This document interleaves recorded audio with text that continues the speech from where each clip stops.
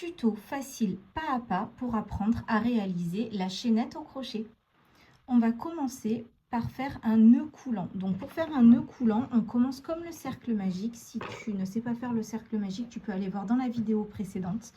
Tu vas faire une croix sur le sommet de tes doigts. Avec tes deux doigts qui sont ici, tu vas tenir le fil que tu avais dans ta main droite pour former cette croix. Tu vas prendre le bec de ton crochet, tu vas passer sous le fil qui est coincé et tu vas poser ton crochet sur le fil qui est derrière.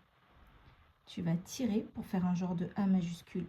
Et là, il va falloir que tu crées une boucle autour de ton crochet. Donc, tu vas tourner ton crochet pour former cette boucle. Là, tu vas tenir la boucle sur ton crochet, tu vas enlever tes doigts de la croix que tu avais formée.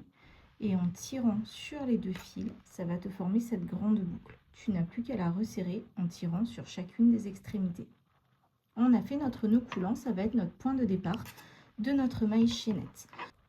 En français, on aime bien se compliquer la vie. La maille chaînette, on l'appelle aussi maille en l'air ou maille de séparation, mais c'est le même point.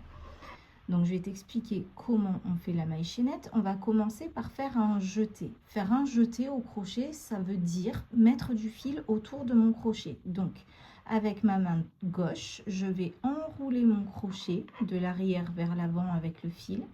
Il va se coincer naturellement sur le bec du crochet. Le bec de mon crochet, je vais le faire pivoter pour qu'il passe à l'intérieur de ma boucle que j'ai formée sur le crochet. Et donc là, je fais coulisser mon crochet pour qu'il passe à l'intérieur de ma boucle. Et j'ai fait une maille chaînette. Je recommence. Je fais un jeté. Je tourne le bec de mon crochet et hop, je le passe à l'intérieur de ma boucle. Et je recommence. Un jeté et je passe à l'intérieur de ma boucle.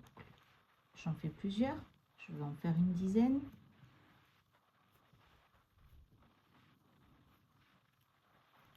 Je ne sais pas trop combien j'en ai fait, j'ai pas compté.